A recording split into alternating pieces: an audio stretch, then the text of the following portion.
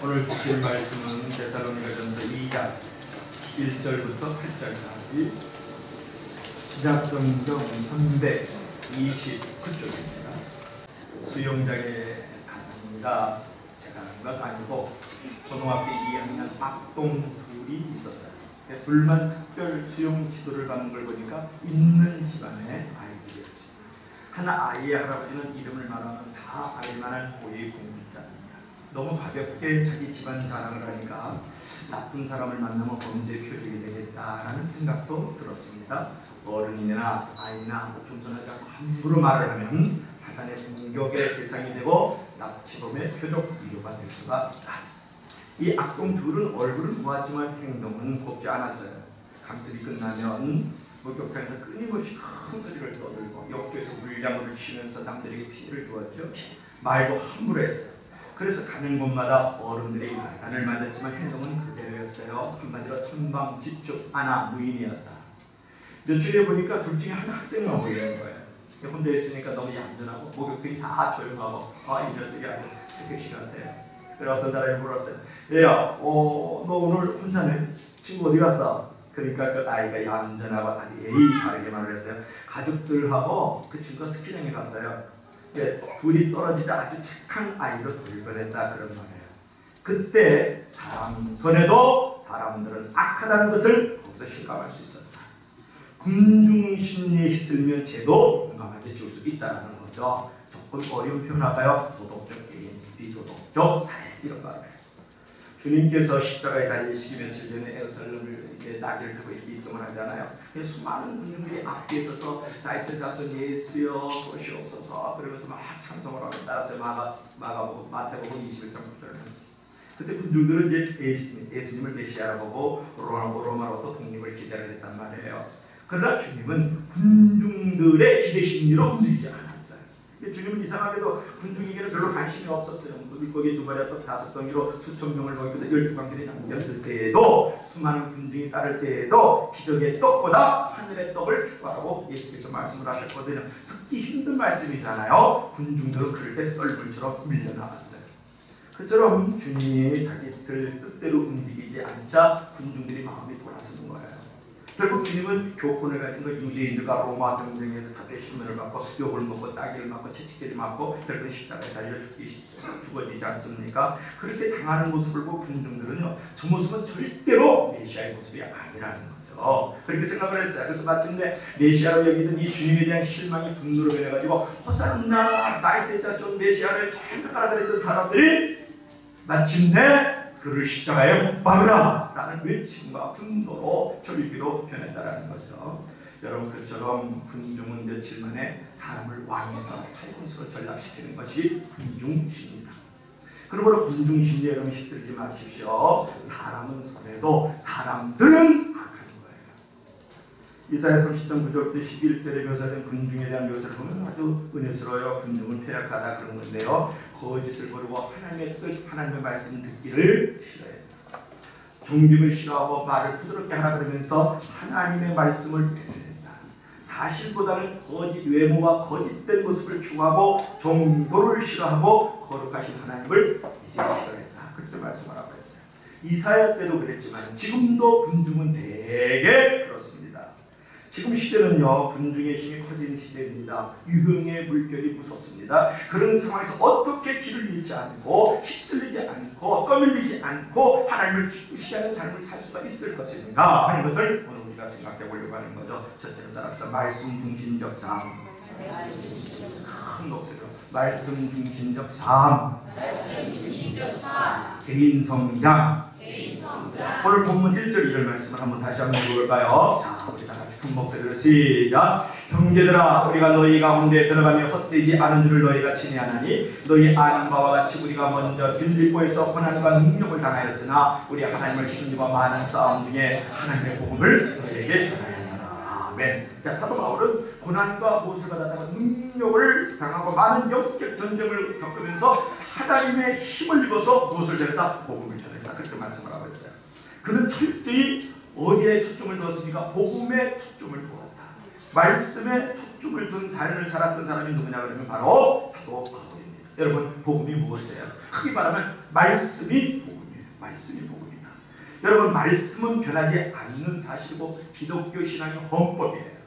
말씀은 여러분 팩트라고 하지 않습니까? 말씀은 감동보다 중요한 거예요. 팩트는 느낌, 필링보다 중요한 거예요. 그러니까 사실은 느낌보다 중요한 거고 말씀은 감동보다 중요한 거예요. 예를 들어보면 여러분 감정에 의지하는 경우에 본인이 낙심한 상태면 세상이 다 어둠으로 알고 있잖아요. 그때도 하나님의 말씀과 약속은 변함이 없는데 마치 하나님의 은혜와 축복이 없는 자와 같이 살아가요.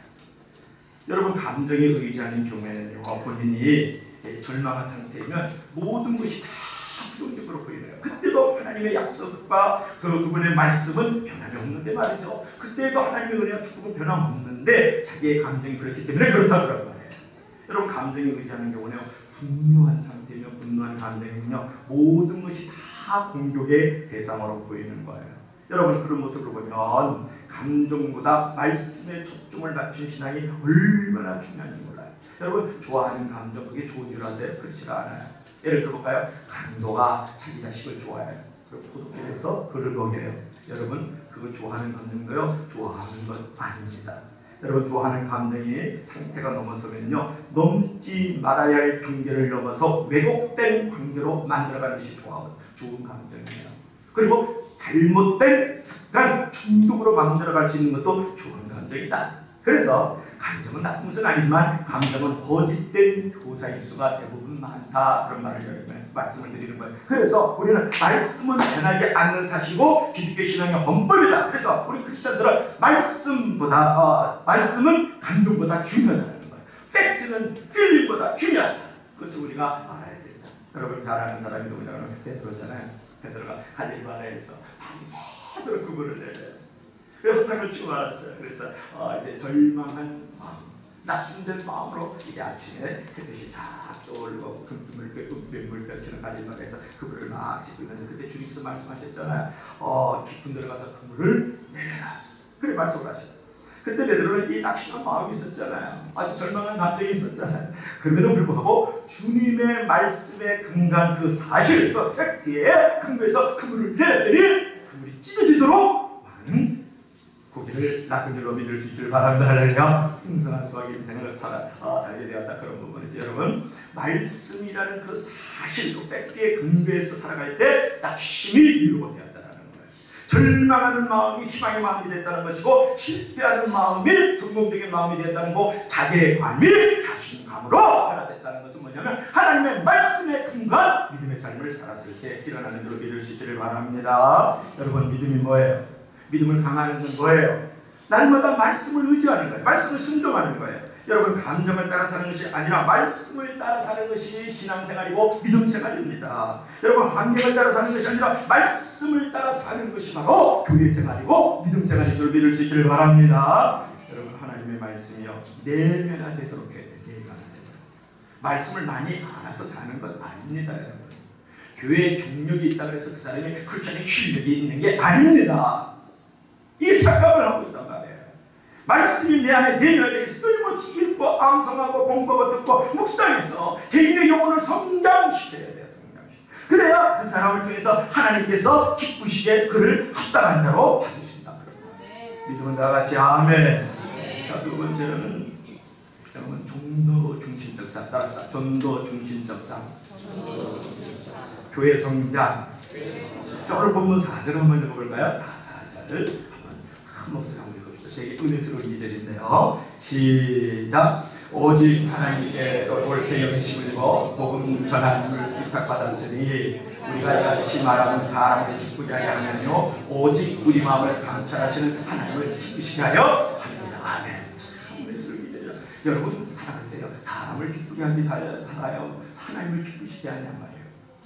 오늘 마음을 감찰하시는 하나님을 기쁘시게 하는 삶을 살았다. 누가? 사도 바울이 말이죠. 여러분 사도 바울은 복음 전파를 하나님으로부터 위탁받은 사명이라고 오늘 성경은 말씀하고 있어요. 하나님께서 나를 옳게 여기심을 입어서 복음을 위탁하셨다.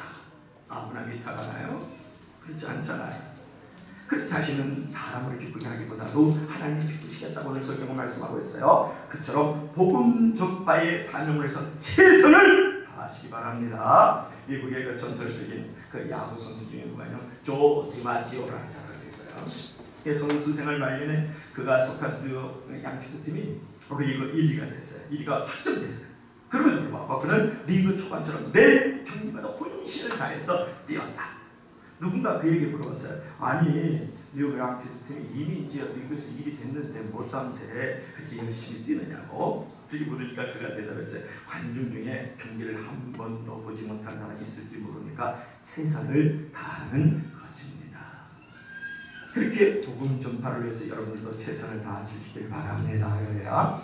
나를 보지 않은 사람이 있을지 모르니까, 천국을 보지 못한 사람이 있을 수 있으니까, 예수님을 보지 못한 사람이 있을 수 있으니까, 가슴목장교회와 성도를 보지 못한 사람들이 있으니까 오늘 하루가 처음이요 마지막처럼 베스트 오브 베스트로 최선을 다하길 바랍니다. 할렐루야. 여러분 히브리서 12장 1절 이제부터 이런 말씀에서 이러므로 우리에게 구름같이 들러서 허다한 증인들이 있으니 모든 무거운 것과 얼매기 승계를 벗어버리고 인내로서 우리 앞에 쾌강한 경주를 하며 믿음의 죄가 또 온전케 하시는 예수님을 바라보자.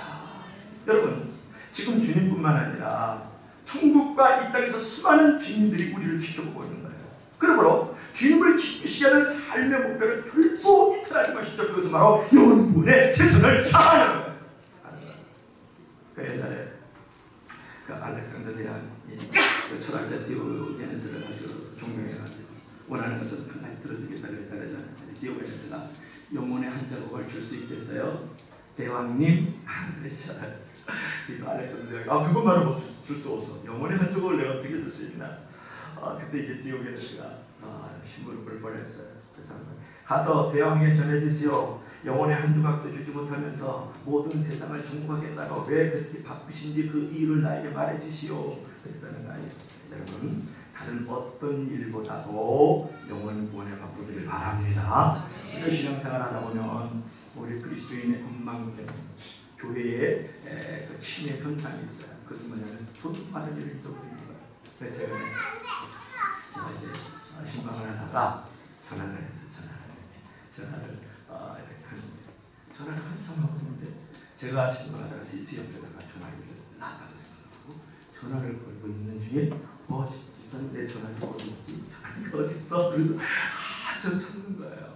근데 주책인들을 믿을 수 있길 바라요. 주님이 책임져야 될 사람이다. 그러면 한참 쳐다보니 제가 전화기를 들고 있는 건 아니겠어요. 서서히 세라테 가는 줄로 믿을 수 있길 바라요. 서서히 나도 무너져가고 있더라고요. 저는 안경도 군대에서 잊어버린 일도 없고 깨진 적도 없어요. 그만큼 나는 하나도 잊어버리는 사람이 아닌데 서서히 지금 올라가고 있는 것을 바라보고 있습니다. 그런데 하루는 신방을 하다가 전화기를 들고 있는데 전화기 켜졌다. 이거는 이제 건망증인지 신경인상인지 잘 모르겠어요. 하여튼 제가 바깥을 내다보면서 그런데 이 창문이 이렇게 올라왔어요. 올라와서 이쪽에 얼굴을 자동으로 이렇게 찍어가지고 누가 이게 창문을 올리는 거야. 그러면 제가 이렇게 뒤가 내다보다가 이 스위치를 올라가고 누르고 있는 줄 올라가고 소리를 지르고 있는 거예요. 그래서 나중에 알고 보니까 내가 자동 스위치를 내고 내가 얼굴을 밀고 있다가 이렇게 찍는 거예요. 그래서 죽다 사람들로 믿을 수 있는 거예요. 자, 이런 거예요. 이게 건망증, 신의 증상이다. 여러분 교회 안에 우리 성도들도 그런 건망증과 치매 증상을 갖고 있는 것 중에 하나가 뭐냐면 대표적인 케이스로 전도 성도. 여러분 오늘 어디 가서 목적이 여러분 필드를 한번 들여다보세요. 우리가 전도 안 하는 교회냐? 전도하는 교회입니다. 4살부터 11살 전도하자. 그래서 각 학교마다 그라운드를 밟으면서 땅 밟고 기도하고 어린 친구들이 복음을 전해서 다음 세대를 키우기 위해서 어제 매주 화요일마다 식구들이 나가고 또 수요일마다 금요일마다 부침이 전도도 하고 그죠? 시장에서 전도지 사탕 먹는 것도 껌도 나가고 차도 나눠주면서 그리고 복음을 전해. 그러나 미약하다. 왜 그런 말을 하냐면 여러분들이 교회 안을 들어볼 때 자리가 많이 되어 있지 않습니까? 이 자리에 되어 있는 자리를 왜 이렇게 교회의 자리가 되었지? 이렇게 분석하고 판단하지 말라는 거예요.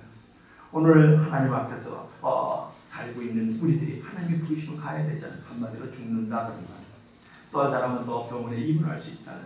각자의 사정과 형편에 따라서 여의치 않아가지고 어떤 사람은 오빠 교회가 깨어지니까 도저히 안 되겠다고 오빠 교회에 또 그 가정이 또 가는 경우도 있고 여러 가지 모양으로 사정을 따라서 성도들이 흩어지고 없어지고 그러는 상황 가운데 있어요. 그러면 여러분 어떻습니까? 아주 산술적으로 계산을 해봐요. 전도하지 않으면 성장하지 않기 때문에, 불어나지 않기 때문에 교회는 좁아요. 앞으로 3년에서 5년이면 한국교회가 30%가 줄어든다는 거예요. 자녀들은요, 산하지 않으니까 들으니까 전 세계에서 가장 아기를 안 낳는 나라 중 하나가 우리나라잖아요. 그래서 교회는 자동적으로 쇠퇴하고 발전할 수가 없는 거예요. 여기에 대해서 여러분들이 책임을 져야 되지 않겠어? 여기에 대해서 거룩한 부담을 가져야 되지 않겠느냐, 그런 말이죠. 제가 이번에 그 방글라데시를 갔었는데 거기에 이제 선교사님 한 분 계셨어요. 장만영 선교사님. 그 장만영 선교사님. 그러니까 제가 장만덕이잖아요. 그런 장만영 선교사님. 원래 진짜 만자 들어간 사람은 착한 목사님을 믿을 수 있을 거 아니잖아요. 그런데 그 장만영 선교사님이 폐암으로 돌아가셨어요. 지금 한 2, 3개월 전에 돌아가셨는데 방글라데시에서 그 닥터를 가주신 분인데 성경을 전공을 해서 거기서 우리 말하자면 조성훈 이정환 선교사님이 운영을 했던 그 에베네셀 학교에서도 성경을 가르치고 공부를 가르쳤던 분 중에 한 분이 그분이에요. 근데 그분이 거기서 폐암이 걸렸단 말이에요. 그래가지고 조국에 들어와서 돌아가셨고 사모님은 거기서 돌봐주겠다고 그래가지고 선교사님들이 그 사모님과 자리를 선교사님 돌아가시고 목사님 돌아가시면 제일 불쌍한 게 사모예요. 애새끼들이에요. 그러니까 그걸 누가 챙겨줘요? 그러니까 선교사님들 우리끼리 여기서 삽시다. 또 돌봐줄 테니까. 그래서 방글라데시 선교사님들이 이제 지금 챙겨주고 있는 중에 있다고요. 그래서 거기서 보러 왔죠. 그런데 중요한 건 장만영 선교사님 내가 얘기하냐면 장만영 선교사님이요 아주 그 비행기를 탈 때에 부부가 같이 안 탄다. 그래서 아니 부부가 왜 같이 안 타냐고 이건 이제 조성 선교사님들이 지금 듣는 중입니다. 그래서 아니 부부가 왜 같은 자리에 앉지 않느냐고 물어봤을 때 아니 비행기를 탈 때는 항상 장만영 선교사님은 부부가 떨어져서 앉는다는 거예요. 그 이유는요, 비행기는 꼼짝없이 이동을 하는 그때 무엇을 전해서 복음을 전하기 위해서. 야, 그렇게 살아오지 못한 내가 얼마나 부끄러운데요. 여러분 그렇게 한번 생각은 해봤는지 물어봤어요. 생각이라도 해봤는지 모르겠어요. 근데 그분이 이제 돌아가실 때요, 이제 폐암으로 돌아가시는데 형님하고 이제 가족들이 마지막으로 임종을 지켜보는 날인데 그날 돌아가신 날 갑자기 이분이 누워있다가 아주 추천 모습으로 있다가 벌떡 일어났어요. 그랬더니 샤워실에서 샤워를 싹 하고 옷을 딱 입고 할렐루야 할렐루야 할렐루야 하고 침대에 딱 들어가더니 바로 주님 앞에 가더라는 거예요. 얼마나 은혜스러워요. 죽어도 그렇게 은혜스럽게 죽여주면 충만합니다. 안 갈라 버리지 말고 아버지와 속 기타를 데려가 주십시오. 좀 깔끔하게 좀 가세요. 그래서 그때 장만영 선교사님께서 이야 정말 보기 좋다. 비행기 탈수 있고 그렇게 전도했던 사람. 이야 딱 떨어졌어. 죽을 때도 깔끔하게 주님 앞에 갔잖아요. 너무 멋있잖아요. 잠깐만 자들하고 그렇게 사는 줄을 믿으시길 바라요. 그냥 제가 얘기하겠습니다. 영혼의 문제와 관련된 것이 아니라면 모든 부와 명예와 건강과 지식은 소용없는 거예요. 신앙생활에서도 복음이나 영생이나 사명보다 여러분 축복을 내세우지 마세요. 눈에 보이는 축복에만 매달리는 기복지는 하나님 결코 기뻐하지도 않고 그런 신앙에는 반드시 시험되고 위기가 옵니다. 그래서 기복지와 신비주의는 나쁜 거예요. 여러분 전도할 대상의 계획을 갖고 있는지 지옥불에 던져주고 있는 그 영혼을 품고 있는 사람이 있는지요. 버젓이 오늘도 가족들의 식구들은 지금 산으로 들러 바다로 들고 앞에 앉아서 우상을 숨기고 있는데 여러분들은 너무 편하게 이 시간 온 거 아니에요? 여러분 주님의 지상 명령에 대해서 관심은 있느냐 그런 것이고 성도의 목적, 성도의 정체성, 교회의 목적성, 교회의 정체성은 뭐예요? 전도.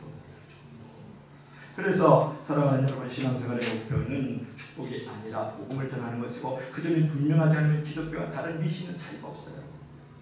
물론 하나님은 축복도 주시지만 축복은 목적이 아니라 그 자리의 선물입니다. 진짜 최고의 축복은 뭐냐면 복음 전파의 사명을 하는 것이다. 축복의 복음보다 앞서는 그 축복은 더 이상 축복이 아니고 그 신앙은 곧 실종합니다. 그처럼 복음 전파라는 목적에서 결코 이탈하지 말아요. 여러분 주님은 지금도 내가 누구를 보내면 누구를 위하여 갈고 이사야서 6장 8절에 말씀하고 있잖아요. 기독교 역사상 전도가 하나님의 소원과 시대의 요청에서 벗어난 자 단 한 번도 없어요. 전도하는 교회가 성장하는 이유는 전도가 하나님의 명령이고 순종이고 하나님의 소원을 이루어드리는 것이기 때문에 마땅히 여러분 부모님의 마지막 유언을 듣지 않아요. 예수 그리스도 마지막 죽기 직전에 마지막 유언 지상 명령이 뭐해서 전도하라.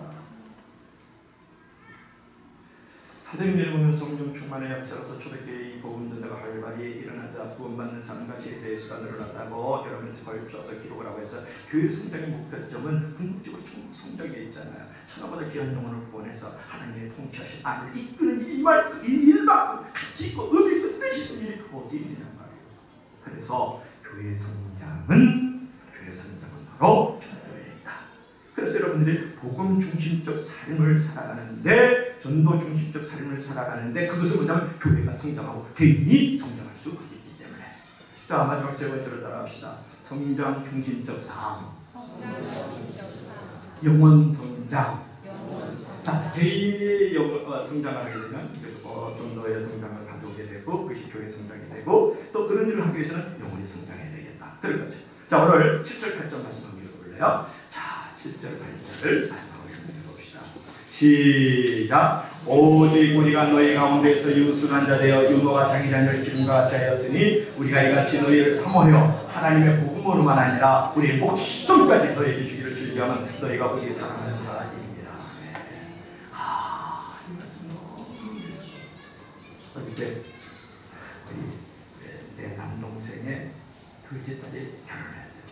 그래서 이제 거기에 제가 또 주례다가 해가지고 주례를 저보고 써달라고 담임 목사도 있는데 그래서 벌어서 달라고 해서 주례를 한다고 그래서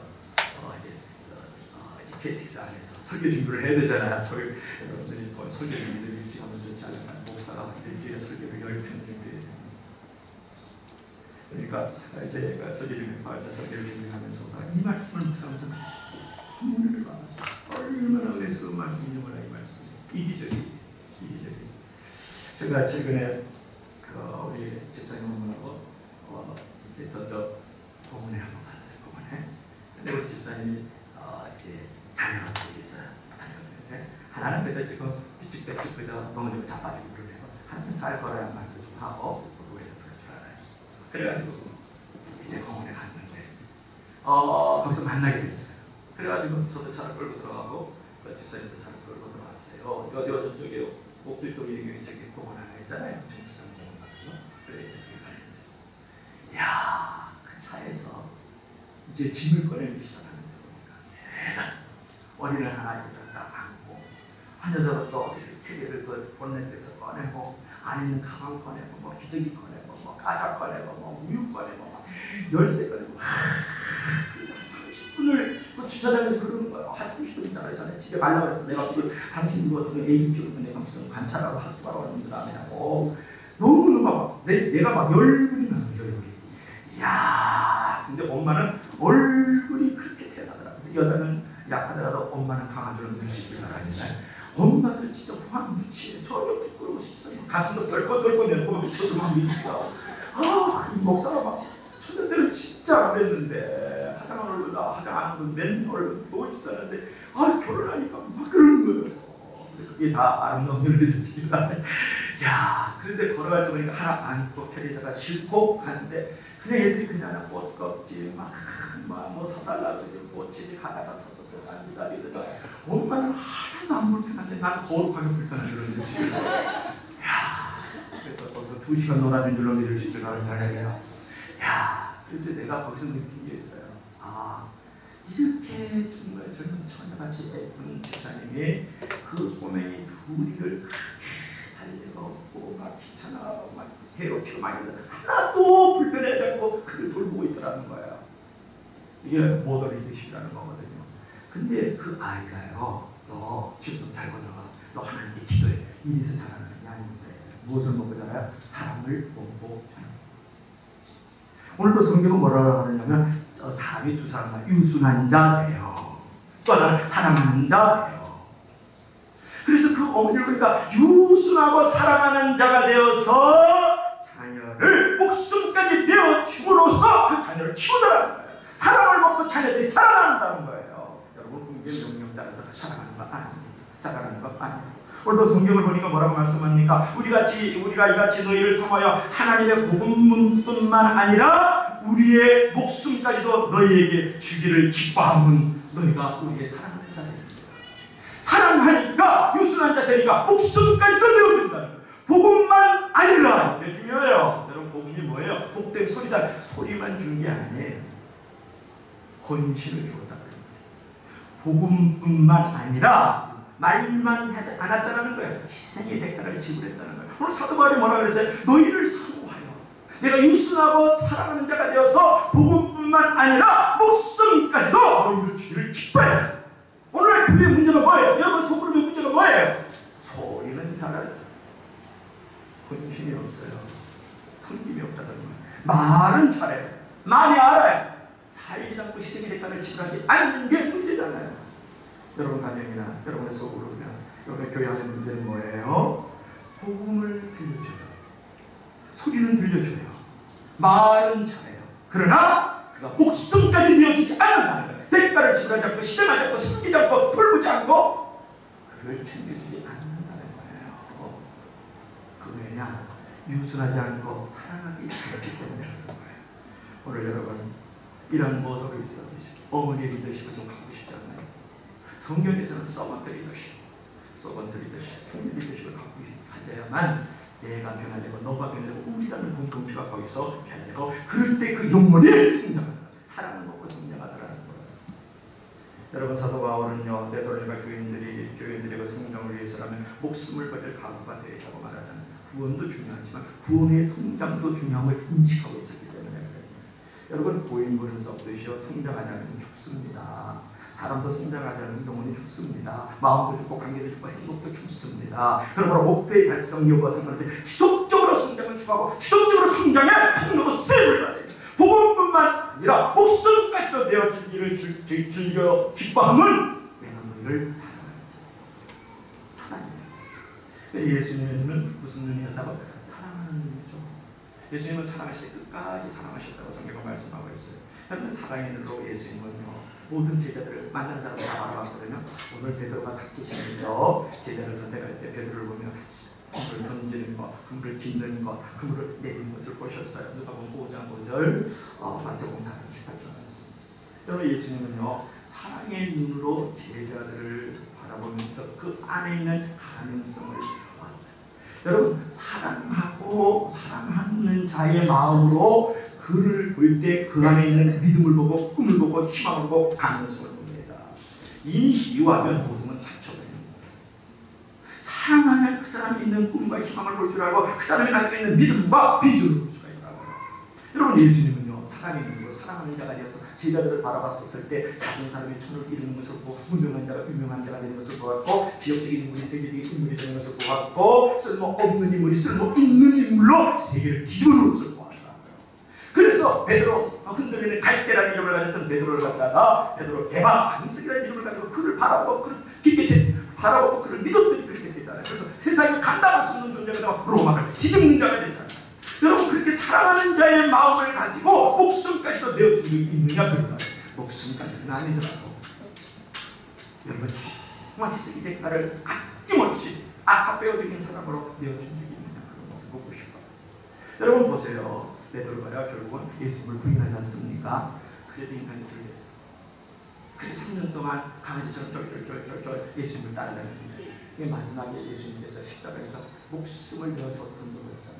그럴 때 베드로가 뒤집어진 그래서 세상에 감당할 수 없고 로마를 뒤집는 위대한 하나님의 인물이 되는 거거든요. 여러분 생명을 좀 내어주고 싶지 않아요? 교회 공동체 우리 식구를 위해서 목숨까지 좀 내어줄 수 있는 마음은 없는지. 여러분 베드로에게서 엄청난 가능성을 보신 예수님을 양육하고 훈련하셨잖아요. 사랑하는 대상을 양육하고 보호하는 것이고 갖고 보호하는 것이고 소중한 것을 투자해 주는 거예요. 그게 사랑하는 거죠. 오늘도 성경은 뭐라고 그랬어요? 하나님의 복음뿐만 아니라 우리의 목숨까지도 너희에게 주기를 기뻐하면 너희를 우리가 사랑하는 자입니다. 그렇게 말하고 있잖아요. 그래서 그때가 이런 말을 했어요. 잘 들어보세요.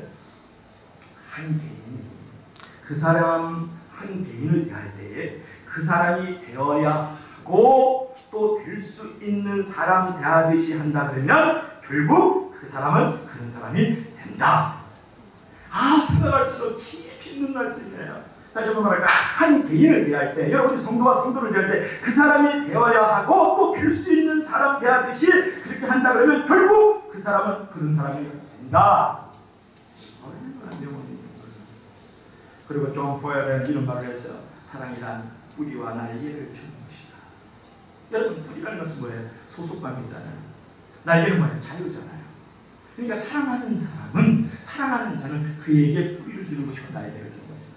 뿌리라는 것은 소속감이라고 그랬죠. 여러분, 내가 정말 그를 사랑하면요, 정말 사랑하고 그렇게 되길 바란다 그러면 그 사람은 반드시 천국의 뿌리를 내리고 예수님께 뿌리를 내리고 교회에 뿌리를 내리고 또 좋은 우리 가슴 목장의 가족으로 뿌리를 내리는 줄로 믿을 수 있기를 바랍니다. 이 사랑이라는 것은 그 뿌리를 내리도록 만들어주는 거예요. 아무리 목사님이 훌륭하고 교회가 뭐 가진 장치들이 좋고 훌륭한 어떤 문화적 정서를 가지고 있다 할지라도 여러분들끼리 사랑을 하지 않으면 뿌리를 내릴 수가 없다고요. 소속이 안 된다 그런 말입니다. 가족이 안 된다 그런 말입니다. 천국의 뿌리를 안 내려요. 교회 뿌리를 안 내린다 그런 말입니다. 사랑하고 있나요? 날개를 주는 겁니다. 여러분, 사랑하는 날개를 주는 거예요. 그래서 진리 안에서 자유롭고 또 예수님 안에서 자유롭고 성령님 안에서 자유롭고 성도들 안에서 자유롭고 아멘 할 때까지 자유롭고 할렐루야. 얼마나 좋아요. 이 사랑이라는 건 되게 좋은 거거든요. 사랑은 뿌리를 내리고 날개를 주는 것이다. 좋은 거예요. 그래서 여러분들이 현재 이제 모습에 머물러 있지 말고 하나라도 더 발전을 꿈꾸고 노력을 하십시오. 신앙생활에서 제일 주의해야 할 것은 뭐냐면 습관적 신앙이에요. 어떤 분은 모태신앙을 자랑하지만 모태신앙은 자기는 모태신앙이겠다고 있지 않습니까? 중요한 것은 현재신앙이에요. 현재 모습에서 지속적으로 성장을 추구할 때에, 성장하도록 도와줄 때에 미래의 축복의 지경이 넓어지는 것이고 죽은 후에도 하나님 앞에서 어엿한 모습으로 서게 될 줄로 믿을 수 있기를 바랍니다. 할렐루야. 그래서 오늘 이제 사도 바울이 마지막으로 우리에게 준 교훈은 뭐예요? 나는 유순한 자가 되어서 복음뿐만 아니라 내가 목숨까지도 내가 너에게 내어주기를 즐겨하면 너희를 사랑하는 자가 되리라. 그래서 여러분, 사랑함으로써 우리가 내 영혼이 커지고 또 영혼을 키울 줄 아는 영혼 성장의 통로들이 되어야 되겠다. 그렇습니다. 오늘 결론을 맺고 싶은데요. 여러분, 군중 진리를 따라서 씻으면서 성도의 정체성 없이 살아가면 행복할 수도 없고 하나님이 기뻐하실 수도 없고 성장하는 삶이 될 수 없다라는 거예요. 나는 나답게, 즉 성도는 성도답게 자기 감정보다도 하나님의 말씀의 사실에 근거한 신앙을 갖길 바랍니다. 복음 전파하길 바랍니다. 한 사람의 영혼을 성장시키는 자가 되어서 유순하고 상한 자의 모습으로 서기를 바랍니다. 그렇게 되기까지 계속 성장하고 마음을 넓혀서 하나님을 기쁘시게 하고 축복의 지경을 넓혀가는 저와 여러분들에게 주님을 하기를 축원합니다. 축원합니다. 축원합니다.